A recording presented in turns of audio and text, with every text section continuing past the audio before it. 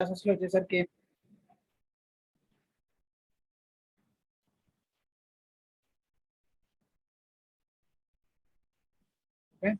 Yesterday already ఏం తెలుసుకున్నామంటే JavaScript basic intro తెలుసుకున్నాము. Next వచ్చేసరికి వెర్షన్స్ ఏంటి, నెక్స్ట్ జావాస్క్రిప్ట్ డెవలపర్ కన్సోల్ని ఎలా యూజ్ చేసుకోవాలి, నెక్స్ట్ అందులో ఏమేమి ఉంటాయి, నెక్స్ట్ వచ్చేసరికి జావాస్క్రిప్ట్ని ఎక్కడ యాడ్ చేస్తాము, I mean internal and external. Internal వచ్చేసరికి యూజ్ ఏంటి, ఎక్స్టర్నల్ యూజ్ ఏంటి, ఇంటర్నల్ వల్ల ఎర్రర్స్ ఏముంటాయి, దాన్ని ఎలా రెక్టిఫై చేసాము. ఓకే, నెక్స్ట్ వచ్చేసరికి ఈరోజు టాపిక్ వచ్చేసరికి JavaScript identifiers. Okay, JavaScript identifiers is nothing but అంటే ఇప్పుడు మనం సపోజ్ మీ క్లాస్లో ఒక 60 మెంబర్స్ ఉన్నారు, వాళ్ళని ఎలా ఐడెంటిఫై చేస్తాం, through using roll number or name. Okay, అలానే ఇక్కడ కూడా ఏం చేస్తామంటే మనం ఒక వేరియబుల్ తీసుకున్నప్పుడు దానికి ఒక వాల్యూ అనేది అసైన్ చేయాలి అంటే పర్టికులర్గా మనకి దాని ఒక యూనిక్గా నేమ్ అనేది ఉండాలి కదా. సో దట్ అందుకే మనం ఏం చేస్తామంటే ఐడెంటిఫైయర్స్ని తీసుకుంటాము. ఓకే, ఇక్కడ వచ్చేసరికి జావాస్క్రిప్ట్లో ఐడెంటిఫైయర్స్ అనేవి కేస్ సెన్సిటివ్. ఓకే, అంటే ఇప్పుడు ఎలా అంటే ఇప్పుడు suppose sum equal to capital some అంటే ఎలా అంటే ఎగ్జాంపుల్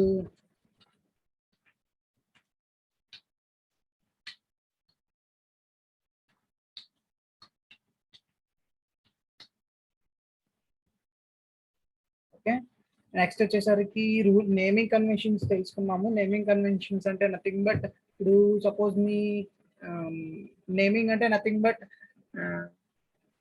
దానికి ఎలా నేమ్ ఇవ్వాలి అంటే ఇప్పుడు సపోజ్ వేర్ కార్ ఉంది, కార్లో ఇప్పుడు మనం చాలా టైప్లో రాసుకోవచ్చు కదా. ఎలా అంటే ఇప్పుడు కార్ది అండర్ స్కోర్ కార్ అని రాసే వాళ్ళు ఉంటారు, లేదంటే డాలర్ కార్ అని రాసే వాళ్ళు ఉంటారు, ఇంకా డిఫరెంట్గా ఇలా కార్ అని రాసి ఉంటారు minus symbol, next not equal to car అని రాసే వాళ్ళు ఉంటారు.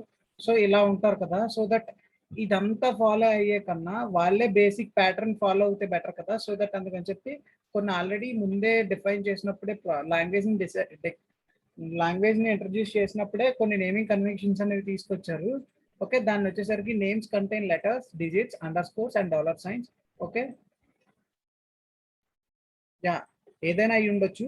బట్ ఇప్పుడు వచ్చేసరికి ఇందులో నేమింగ్ కన్వెన్షన్స్ ఏమై ఉండాలంటే నేమ్ వచ్చేసరికి మనం తీసుకున్న నేమ్ వచ్చేసరికి ఐడెంటిఫైర్ వచ్చేసరికి ఎలా ఉండాలంటే maybe letter from 0 to 9 and underscore.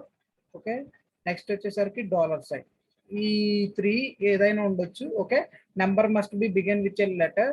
Okay, name must be begin with a letter. మనం తీసుకున్న నేమ్ ఎప్పుడు ఓన్లీ లెటర్స్తోనే ఉండాలి. I mean A to Z or A to Z, small a to z or capital A to Z.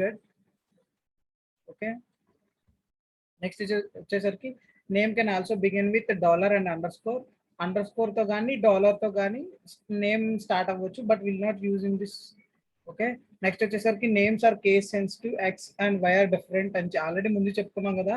ఇక్కడ వచ్చేసరికి case sensitive అంటే nothing but small numbers not equal to capital numbers. Okay, okay, ఇక్కడ వచ్చేసరికి JavaScript లో result keywords అలాంటివి ఏమి ఉండవు. Okay, ఒకవేళ ఉంటే అంటే ఎలా అంటే ఇప్పుడు ప్రాంప్ట్ ఇలాంటివి ఉన్నాయి కదా. సో దట్ వాటిని నేమ్స్ గా యూజ్ చేయకూడదు, అంటే ఐ మీన్ ఐడెంటిఫైర్స్ గా యూజ్ చేయకూడదు. ఓకే, ఇప్పుడు వచ్చేసరికి మనం ఎలా డిఫైన్ చేస్తాము, డిక్లేరింగ్ జావాస్క్రిప్ట్ వేరియబుల్స్. ఓకే, ఇప్పుడు ఎలా డిక్లేర్ చేస్తామంటే var equal to keyword. Okay, JavaScript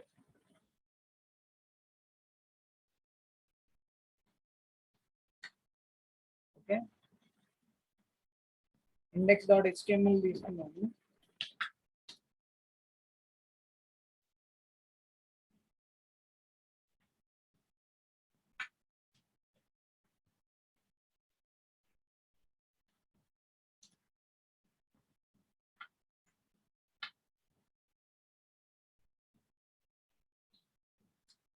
script type ఇస్తున్నాము.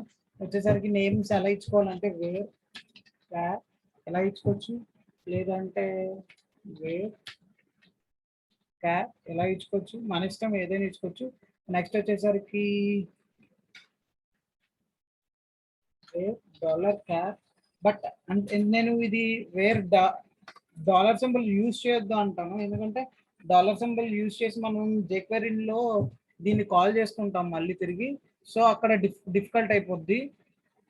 ఓకే, మీరు ఎప్పుడైతే మనం డాలర్ సింబల్ ఇచ్చుకుంటామో అక్కడ jQueryలో కొద్దిగా కన్ఫ్యూజ్ అవుతాం. సో దట్ డాలర్తో స్టార్ట్ చేయొద్దు. ఓకే, లేదా అండర్ స్కోర్ పైన స్టార్ట్ చేసుకోవచ్చు. క్యార్ లేదంటే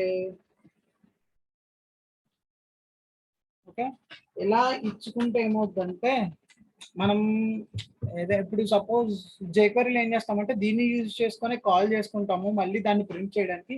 సో దట్ అక్కడ కన్ఫ్యూజ్ అవుతాం. సో ఈ కన్ఫ్యూజ్ అయ్యేది లేకుండా just begin with number, begin with alphabets. Okay, ఇలా ప్రింట్ చేసుకుంటాము. ఓకే, నెక్స్ట్ వచ్చేసరికి మనం సపోజ్ ఏమీ ప్రింట్ చేయకుండా జస్ట్ వేర్ ఏ అని ప్రింట్ చేసి అసైన్, దానికి ఏమి అసైన్ చేయట్లేదు, జస్ట్ ఒక ఐడెంటిఫైని తీసుకున్నాము. తీసుకొని దాన్ని ప్రింట్ చేస్తే ఏమవుతుందంటే చూడండి.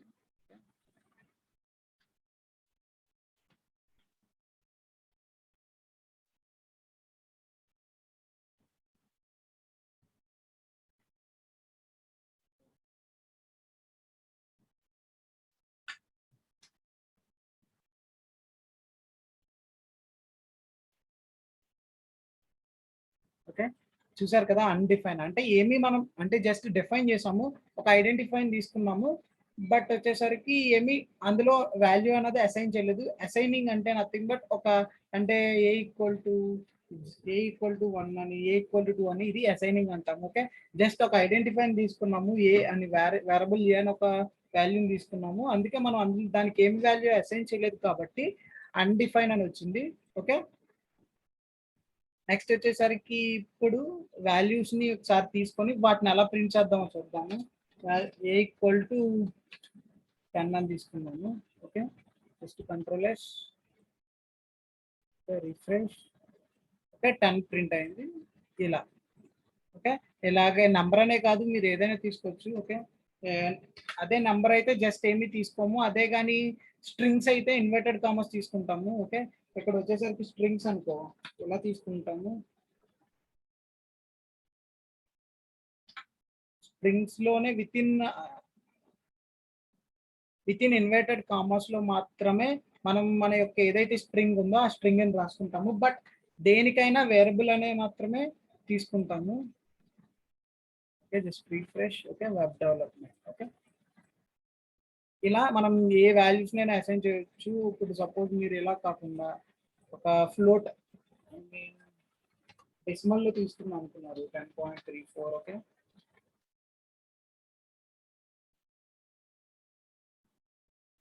ఓకే, ఏదైనా మనం వేరియబుల్ తోనే డిక్లేర్ చేస్తాం. ఓకే, ఇలా మనం వేరియబుల్ ని డిక్లేర్ చేసుకోవచ్చు. నెక్స్ట్ వాల్యూస్ ని అసైన్ చేయొచ్చు. మనకి త్రీ కాదు, ఫోర్ కామన్ మోస్ట్లీ యూజ్డ్ దేనికంటే డిస్ప్లే చేయడానికి, మనం మన దగ్గర ఉన్న కంటెంట్ ని డిస్ప్లే చేయడానికి 4 మెథడ్స్ ని యూజ్ చేస్తాము. ఒకటి అలర్ట్, ఇంకోటి కన్సోల్ డాట్ లాగ్, నెక్స్ట్ వచ్చేసరికి ప్రాంప్ట్, డాక్యుమెంట్ మెథడ్. ఈ డాక్యుమెంట్ మెథడ్ ఇప్పుడు ఎందుకు చెప్పట్లేదంటే ఇది డామ్ మ్యానిపులేషన్ అని ఒక టాపిక్ ఉంటుంది. నథింగ్ బట్ డామ్ మ్యానిపులేషన్ అంటే nothing but document object model. Document object model అంటే ఏంటంటే ఇప్పుడు మన దగ్గర HTML డాక్యుమెంట్ ఉంది కదా, సో దట్ దీంట్లో ఇప్పుడు సపోజ్ ఇక్కడ ఒక పీ ట్యాగ్ ఉంది. ఓకే, పీ ట్యాగ్ లో మనం ఇక్కడ వచ్చిన వాల్యూని ఇక్కడ అసైన్ చేయాలనుకుంది, అప్పుడు ఆ డాక్యుమెంట్ ఆబ్జెక్ట్ మోడల్ యూజ్ చేసి కాల్ చేస్తాము. అందులోనే document dot get element by ID, document dot get element by class name, ఇవన్నీ యూజ్ చేస్తూ ఉంటాము. ఓకే, అది డాక్యుమెంట్ ఆబ్జెక్ట్ మోడల్ చూస్తున్నప్పుడు చూద్దాం.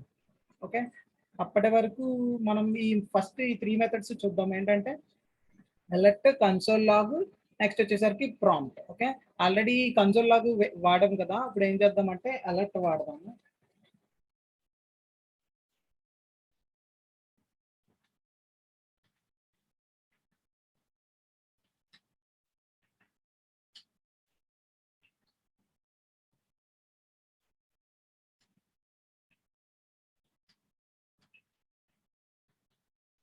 ఓకే, ఇలా ఒక అలర్ట్ అనేది ఇచ్చాము.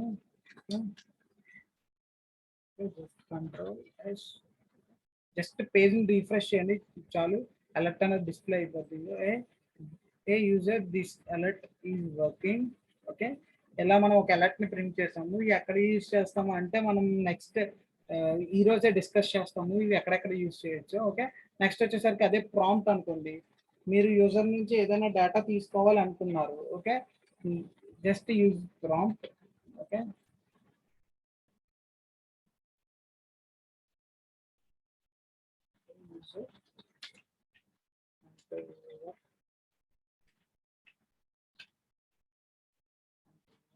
ఓకే, ఇలా జస్ట్ ఒక ప్రాంప్ట్ ని కాల్ చేసాము. Just refresh. ఓకే, దీన్ని రిఫ్రెష్ చేయండి. ఓకే, ఇక్కడ మనం వాల్యూస్ ని ఎంటర్ చేసుకోవచ్చు. బై డిఫాల్ట్ గా ప్రాంప్ట్ వచ్చేసరికి స్ట్రింగ్ లోనే తీసుకుంటుంది. ఇప్పుడు సపోజ్ మీరు నెంబర్ ఇచ్చినా అది స్ట్రింగ్ లోనే తీసుకుంటుంది.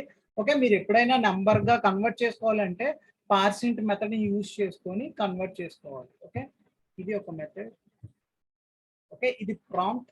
నెక్స్ట్ వచ్చేసరికి ఆల్రెడీ తెలుసు కన్సోల్ లాగ్ గురించి. కన్సోల్ లాగ్ మనం ఎలా యూజ్ చేస్తామో ఆల్రెడీ తెలుసు కదా. Okay, console dot log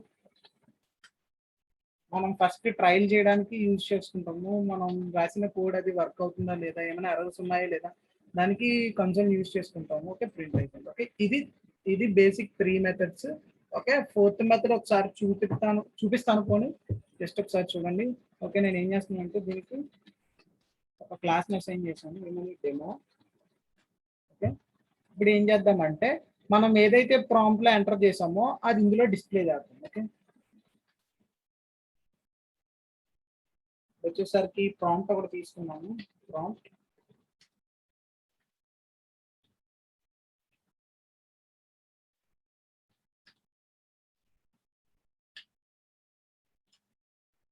enter name. Okay, ఇప్పుడు ఏం చేద్దామంటే దీన్ని మనం ఇక్కడ డిస్ప్లే చేయాలి కాబట్టి ఇక్కడ ఏం చేద్దామంటే నేమ్ ఈ ప్రాంప్ట్ ని నేమ్ కి అనే వేరియబుల్ కి అసైన్ చేసాము. సో దట్ ఇప్పుడు మనం ఏదైతే వాల్యూ ఎంటర్ చేసామో ఆ ఎంటర్ చేసిన వాల్యూ ఈ నేమ్ లో ఉంటుంది, అంతే కదా. ఇప్పుడు నార్మల్ గా మనం వేరియబుల్ ఏ ఈక్వల్ టు 10 అంటే ఏమైంది, మనం ఇక్కడ ఈ 10 వాల్యూ ఏలో స్టోర్ చేసుకుంది. ఎప్పుడైతే మనం ఏం డిస్ప్లే చేస్తున్నామో అప్పుడు ఏ ప్రింట్ అవుతుంది. ఇప్పుడు కూడా అదే ప్రాసెస్ లో ఏమవుతుందంటే జస్ట్ మనం వేరియబుల్ నేమ్ లో మనం ప్రాంప్ట్ ని స్టోర్ చేసుకున్నాము. సో ప్రాంప్ట్ లో ఏదైతే ఉందో అది నేమ్ లో ఉండాలి. ఇప్పుడు దాన్ని మనం ఏం చేస్తామంటే ఈ పారాగ్రాఫ్ ట్యాగ్ లో ప్రింట్ చేస్తున్నాం. అది ఎలా అంటే డాక్యుమెంట్ డాట్, మీరు ఏదైనా నార్మల్గా ఏంటంటే get element by ID, get element by class name ఇవన్నీ ఉంటాయి. సో దట్ అది ఎందుకు అంటే ఇప్పుడు సపోజ్ మనం యూజ్ చేసేది క్లాస్ కాబట్టి get element by class name, get element by name ఇవన్నీ ఉంటాయి. Tag name, next element by ID. Okay, ఇది అలా కాదు అన్నిటికీ కామన్ గా యూజ్ చేసుకున్నాం అనుకుంటే దానికి ఒక మెథడ్ ఉంది. అదేంటంటే క్వారీ సెలెక్టర్. నథింగ్ బట్ అంటే మనం ఏదైనా సెలెక్ట్ చేసుకోవచ్చు ఇందులో. ఐ మీన్ ఐడి అవి ఉండొచ్చు, క్లాస్ నేమ్ అవి ఉండొచ్చు. ఓకే, ఇప్పుడు నేను ఏం చేస్తున్నానంటే జస్ట్ క్లాస్ నేమ్ కాబట్టి క్లాస్ ని ఎలా కాల్ చేస్తాం సిఎస్ఎస్ లో యూజింగ్ డాట్. ఓకే, ఇక్కడ కూడా సేమ్ అంటే డాట్ డెమో ఇలా తీసుకున్నాక జస్ట్ ఇక్కడ ఏం చేశానంటే inner HTML is nothing but inner HTML దేనికి యూజ్ చేస్తుందంటే ఇప్పుడు దీన్ని రీరైట్ చేస్తుంది. పారాగ్రాఫ్ లో ఏదైనా కంటెంట్ ఉంటే దాన్ని రీరైట్ చేస్తుంది. ఇప్పుడు సపోజ్ ఏది లేదు కాబట్టి సో అదే అప్లై అయిపోతుంది. దీనికి నేను ఏం చేస్తున్నా అంటే నేమ్ ని అసైన్ చేసాను. ఓకే, ఇప్పుడు జస్ట్ రిఫ్రెష్ చేసి చూడండి. ఓకే, ఇది అక్కర్లేదు ఎందుకంటే ఇప్పుడు మనం కన్సోల్ లో రాయట్లేదు కదా. Okay, just refresh, prompt name అడిగింది. ఓకే, దినేష్ అని ఎంటర్ చేశాను. ఓకే, ఇక్కడ డిస్ప్లే అయిపోయింది. ఇలా మనం ప్రాంప్ట్ ని యూజ్ చేసుకుంటాము. ఓకే, జస్ట్ మళ్ళీ ఒకసారి రివైజ్ చేస్తున్నాను. ప్రాంప్ట్ లో ఏదైతే వాల్యూ ఉందో అది నేమ్ లో స్టోర్ చేసుకున్నాము.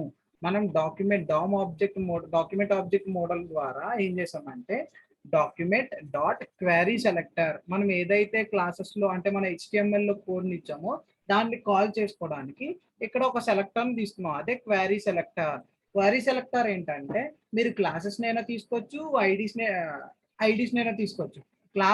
క్లాస్ సెలెక్టర్ ని మనం ఎలా కాల్ చేస్తాము డాట్ తో కదా. సో దట్ అందుకే డాట్ ఇచ్చాం ఇన్వర్టెడ్ కామర్స్ లో. ఇప్పుడు నేను ఏం చేద్దాం అనుకున్నానంటే ఇక్కడ ఎంటీ ఉంది కాబట్టి దీన్ని రీరైట్ చేద్దాం అనుకున్నాను. ఇప్పుడు ఇందులో కంటెంట్ యాడ్ చేయాలి అంటే దీన్ని మళ్ళీ రీమోడిఫై చేయాలి కదా. ఎంటీ దాన్ని మన దగ్గర ఏదైతే ఉందో టెక్స్ట్ ని అందులో దానికి అక్కడ అప్లై చేయాలి. అందుకే నేను ఏం చేశానంటే ఇన్నర్ HTML వాడి ఏదైతే ఉంది ఇప్పుడు దీన్ని కదా దీంట్లో ఇద్దాం అనుకున్నాను. దీనికి నేమ్ లో ఏదైతే వాల్యూ ఉందో ఆ వాల్యూ దీనికి ఇద్దాం అనుకున్నాను. సో దట్ అందుకే ఏం చేశానంటే నేమ్ ని దీనికి అసైన్ చేశాను అంతే. జస్ట్ కంట్రోల్ ప్రింట్ చేశాను. ఓకే, ప్రింట్ అయిపోయింది. మళ్ళీ జస్ట్ రిఫ్రెష్. ఓకే, అది ప్రింట్ అయిపోయింది. ఇలా మనం యూజ్ చేసుకుంటాము. ఇలా మనం document method, document object model use చేసుకుంటాం. నెక్స్ట్ వచ్చేసరికి ఆపరేటర్స్. ఓకే, జావా స్క్రిప్ట్ లో operators. Already programming language idea ఉన్న వాళ్ళకి ఆపరేటర్స్ అంటే ఏంటి, ఆపరేటర్స్ లో ఎన్ని టైప్స్ ఉంటాయో తెలుస్తుంది. బట్ ప్రోగ్రామింగ్ లాంగ్వేజ్ ఐడియా లేని వాళ్ళకి ఏంటంటే ఇప్పుడు మనం డిస్కస్ చేద్దాం. ఓకే,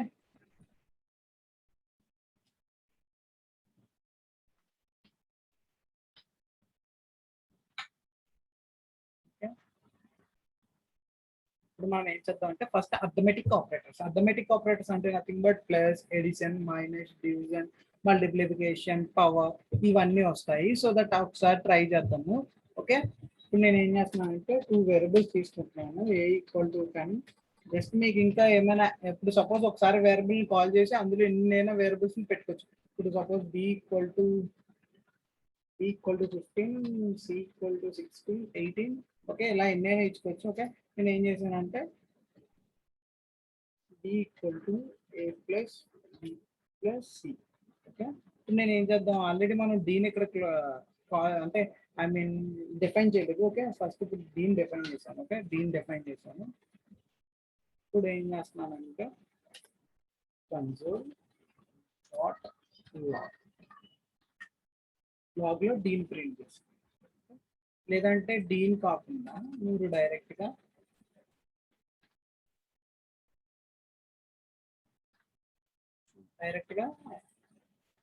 ఎడిషన్ ఆపరేషన్ ని ఇందులో ట్రై చేద్దాం. ఇప్పుడు just refresh, inspect mode, go to console. Okay, refresh. Okay, వచ్చింది 43. ఓకే, 10 + 15 = 25, 25 + 18 40. ఓకే, ఇది వచ్చేసరికి ఎడిషన్. ఓకే, సబ్ట్రాక్షన్ వచ్చేసరికి ఇది a minus b 10 minus 15 5, 5 minus 18 minus 13. Okay, చూద్దాం. Okay, minus 23. Okay, 10 minus 15 minus 5 minus 5 minus 18 minus 23. Okay, సరిపోయింది. Okay, next వచ్చేసరికి division. Okay, డివిజన్కి ఏం చేద్దాం అంటే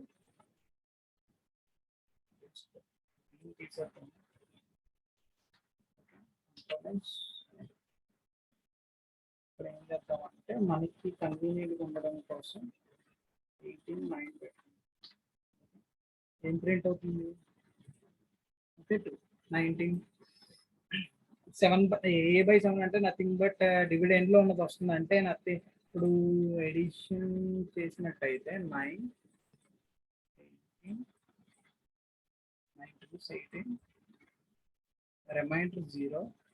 ఓకే, ఇప్పుడు ఏమవుతుందంటే ఇప్పుడు ఇక్కడ ఈ 2 వాల్యూ ప్రింట్ చేస్తుంది, ఎందుకంటే a/7 అన్నాం కాబట్టి. ఓకే, మీకు అలా కాదు, డివిజర్ అంటే రిమైండర్ రావాలి అనుకుంటే, ఈ పార్ట్ రావాలి అనుకుంటే మీరు ఏం చేయాలంటే డబుల్ స్లాష్ తీసుకోవాలి. ఓకే, నేను ఏం చేస్తున్నాను అంటే ఇక్కడ ఓకే డబుల్ స్లాష్ కాదు, సారీ డబుల్ స్లాష్ కాదు, పర్సంటేజ్ తీసుకోవాలి. Okay, control. ఓకే, ఇప్పుడు ఏమొస్తుంది, 0 వస్తుంది. 0 ఆపరేటర్స్ లో ఎడిషన్. అదే సపోజ్ మీకు పవర్ చేయాలనుకున్నారు అనుకోండి, ఇప్పుడు నేను ఏం చేస్తున్నాను అంటే 2 వచ్చేసరికి 3. ఓకే, ఇప్పుడు నేను ఏం చేస్తున్నానంటే ఏ పవర్ డబుల్ స్టార్ తీసుకుంటే పవర్. ఓకే, సింగిల్ స్టార్ తీసుకుంటే మల్టిప్లికేషన్. ఓకే, బట్ ఇక్కడ ఒకసారి చూస్తే మీకు అన్డిఫైన్ వస్తుంది. ఒకసారి ఎవరైనా చెప్పగలరా ఎందుకు అన్డిఫైన్ వస్తుందో? ఎందుకు అన్డిఫైన్ వస్తుందో ఒకసారి చెప్పండి.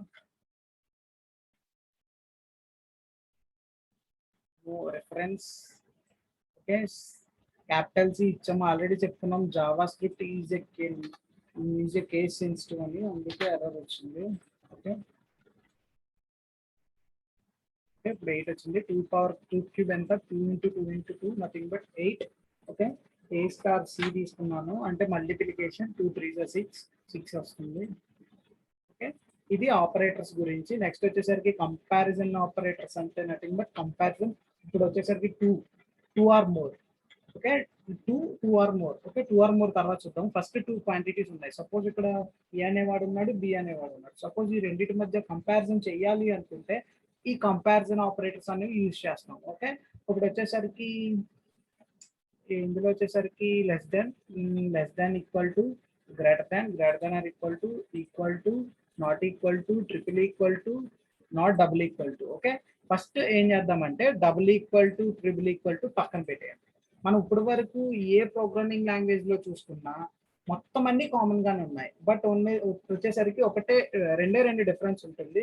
ఓకే, ఇప్పుడు ఒకటే ఉంటుంది. అదేంటంటే triple equal to. Okay, triple equal to గురించి నెక్స్ట్ డిస్కస్ చేద్దాము. ఓకే, లెస్ దెన్ అంటే నథింగ్ బట్ ఓకే ఒక టూ నెంబర్స్ తీసుకున్నాము.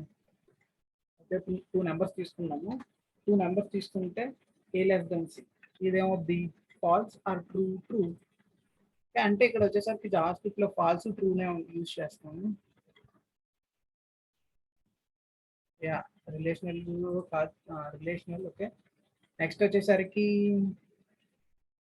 ఏం చేస్తున్నామంటే ఇప్పుడు గ్రేటర్ దాన్ తీసుకుంటే ఫాల్స్. ఓకే, మనకి కండిషనల్ వచ్చేసరికి ఏంటంటే టూ వాల్యూస్ యూజ్ చేస్తాము. అది true and false. Okay, next ఇందులో వచ్చేసరికి ఏంటంటే జీరోని ఆటోమేటిక్ గా ఫాల్స్ అని తీసుకుంటుంది. ఇప్పుడు చూసినా మీకు ఎక్కడ ఇందులో చూసినా జీరోని ఫాల్స్ గా తీసుకుంటుంది. నెక్స్ట్ 1 వచ్చేసరికి ట్రూ గా తీసుకుంటుంది. ఇందులోని అంతే, లాజికల్ ఆపరేటర్స్ లోని అంతే. ఓకే, లాజికల్ ఆపరేటర్స్ లో 1 వచ్చిందంటే ఆటోమేటిక్ గా ట్రూ అని తీసుకుంటుంది, 0 వస్తే ఫాల్స్ అని తీసుకుంటుంది. ఓకే, కండిషనల్ లో ఆ ఛాన్స్ రాదు, ఎందుకంటే ట్రూ ఆర్ ఫాల్స్ వాల్యూస్ ఎక్కడ రావు కదా. మనకి లాజికల్ ఆపరేషన్స్ చేస్తున్నప్పుడు 0 ఆర్ 1 వస్తుంది కాబట్టి అక్కడ ఇది యూజ్ అవుతుంది. ఓకే, అక్కడ ఒకసారి డిస్కస్ చేద్దాం మళ్ళీ. Okay, less than or equal to, greater than or equal to, double equal to. Okay, double equal to ఎలా యూజ్ అవుతుంది అంటే ఇది ఫాల్స్ వస్తుంది, ఎందుకంటే 2 నాట్ ఈక్వల్ టు 3 కదా. ఓకే, ఇది ఫాల్స్ వస్తుంది, false. Okay, double not equal to, okay true. Okay, ఇలా అయిపోయింది. ఇప్పుడు ఏం చేద్దాం అంటే ఒక 2 వాల్యూస్ తీసుకుందాం. ఏం చేసామంటే ఈ రెండు సేమ్ తీసుకోండి, ఏసి సేమ్ తీసుకున్నాను. లేదంటే మీరు ఎలా కాకుండా డైరెక్ట్గా ఇలా కూడా ఇచ్చుకోవచ్చు. ఎలా అంటే A equal to C equal to 2 అని ఇచ్చుకోవచ్చు. నెక్స్ట్ వచ్చేసరికి నేను ఏం చేద్దాం అంటే B equal to D equal to 2 strings లో వేసుకున్నాను, ఎందుకంటే ఈ రెండు ఈక్వల్ కాదో ఒకసారి చూద్దాం. ఓకే, వచ్చేసరికి నేను ఏం చేస్తున్నానంటే ఏ ఈక్వల్ టు బియా కాదా అని చెక్ చేస్తాను. ఓకే, క్లియర్ గా చూడండి.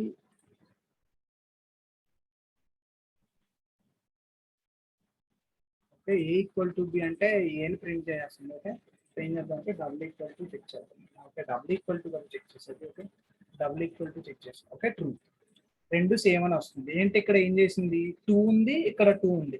బట్ మీకు ఒక డౌట్ రావాలి, సార్ అదేంటి సార్ స్ట్రింగ్ నెంబర్ ఈక్వల్ అంటుంది అని. ఓకే, ఇక్కడ మనం ఏంటంటే టైప్ కన్వర్షన్ ఉంటుంది కదా, ఓకే టైప్ కన్వర్షన్ జరుగుతుంది. ఇప్పుడు సపోజ్ మనం తీసుకున్న వాల్యూస్ ని రెండింటిని చూసుకొని ఫస్ట్ అయితే స్ట్రింగ్ ఉందనుకోండి, స్ట్రింగ్ ని నంబర్ గా కన్వర్ట్ చేసుకొని ఆటోమేటిక్ గా అది సేమ్ వాల్యూస్ అని చూపిస్తుంది. ఈ మెయిన్ జావా స్క్రిప్ట్ లో వచ్చేసరికి ఇది ఒక మెయిన్ ఇంపార్టెన్స్ ఒకటి ఉంది. ఏంటంటే అది స్ట్రింగ్ నంబర్ రెండింటిని కంపేర్ చేసినప్పుడు ఫస్ట్ అందులో ఉన్న వాల్యూస్ ని చూసుకుంటుంది. సపోజ్ అందులో ఉన్న వాల్యూస్ రెండు సేమ్ ఉన్నాయనుకోండి, ఆటోమేటిక్ గా టైప్ కన్వర్షన్ జరిగి ఆ రెండు సేమ్ అంటే ఆ రెండు సేమ్ ఈక్వల్ గా తీసుకుంటుంది. ఓకే, ఇప్పుడు ఇక్కడ జరిగిన ప్రాసెస్ కూడా అదే. మీరు క్లియర్ గా అబ్జర్వ్ చేసినట్టయితే నేను మీకు ఓకే ఇక్కడ ఒకటి ఏ ఈక్వల్ టు నెంబర్ తీసుకున్నాను, ఇంకోటి వచ్చేసరికి స్ట్రింగ్ తీసుకున్నాను. ఓకే, స్ట్రింగ్ ని నెంబర్ ని కంపేర్ చేసినప్పుడు అది ట్రూ అనే చూపిస్తుంది, ఎందుకంటే ఇక్కడ టైప్ కన్వర్షన్ జరిగింది. అదే మీరు చూసినట్టయితే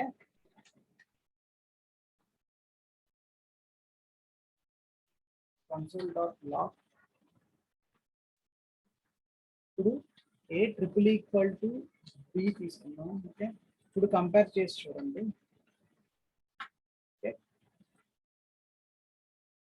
ఇక్కడ ఫాల్స్ వస్తుంది. ఎందుకు అలా జరిగింది అంటే ఇక్కడ ఎప్పుడైతే ట్రిపుల్ ఈక్వల్ టు తీసుకున్నామో అప్పుడు టైప్ కన్వర్షన్ అన్నది జరగదు. ఏం చేస్తుందంటే నథింగ్ బట్ స్ట్రిక్ట్ మోడ్ లో యాక్ట్ చేస్తుంది. సో దట్ ఏమవుతుందంటే ఇక్కడ మనం ఏం చెప్పుకున్నాం, టైప్ కన్వర్షన్ అన్నది జరిగి స్ట్రింగ్ అన్నది నంబర్ గా తీసుకొని ఆటోమేటిక్ గా రెండింటిని రెండు వాల్యూస్ సేమ్ ఉంటే ఈ ఈక్వల్ అని చూపిస్తుంది అన్నాం కదా. ఇక్కడ వచ్చేసరికి triple equal to operator, triple equal to లో ఏం జరుగుద్ది అంటే ఇక్కడ టైప్ కన్వర్షన్ అన్నది జరగదు. ఎందుకంటే ఫస్ట్ ఒక వాల్యూస్ ని కంపేర్ చేస్తుంది. ఓకే, 2 వాల్యూస్ ఈక్వల్ గా ఉన్నాయంటే నెక్స్ట్ వచ్చేసరికి ఏం చేస్తుందంటే దాని యొక్క టైప్ ఏంటనేది చూస్తుంది. ఇప్పుడు సపోజ్ మీరు ఇక్కడ ఏ చూసినట్టయితే, ఓకే, ఇక్కడ టైప్ ఎలా చూడాలి సార్ అంటే console.log, ఓకే, టైప్ ఆఫ్, ఇప్పుడు type of A, okay, next console.log type of B. Okay, సరే రెండింటి యొక్క టైప్స్ చూడండి.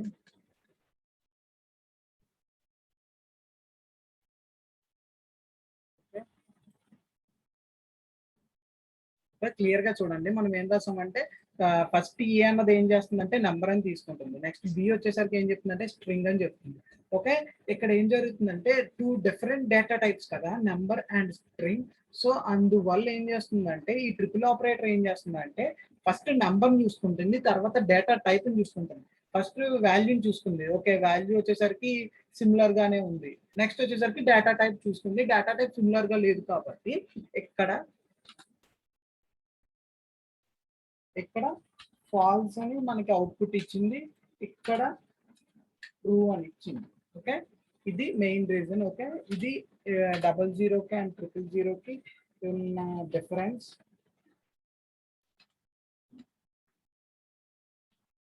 ఇది main triple equal to and double equal to. Next వచ్చేసరికి లాజికల్ ఆపరేటర్స్. ఓకే, దీనికి ఎందుకు ఇలా ఉంది అంటే నేను దానికి క్లియర్ కట్ గా ఇక్కడ ఇన్ఫర్మేషన్ కూడా యాడ్ చేశాను, ఎందుకు ఇలా తీసుకుంటున్నాము, ఎందుకు ఇలా అయింది అని. ఓకే, నెక్స్ట్ వచ్చేసరికి logical operators. Okay, arithmetic operators అయిపోయింది. నెక్స్ట్ వచ్చేసరికి కంపారిజన్ ఆపరేటర్స్ కూడా అయ్యింది. నెక్స్ట్ వచ్చేసరికి logical operators. Logical operators next session లో చెప్పుకుందాము. ఓకే, మళ్ళీ వెంటనే జాయిన్ అవ్వండి. ఈ సెషన్ ఎండ్ చేస్తున్నాను ఎందుకంటే టైం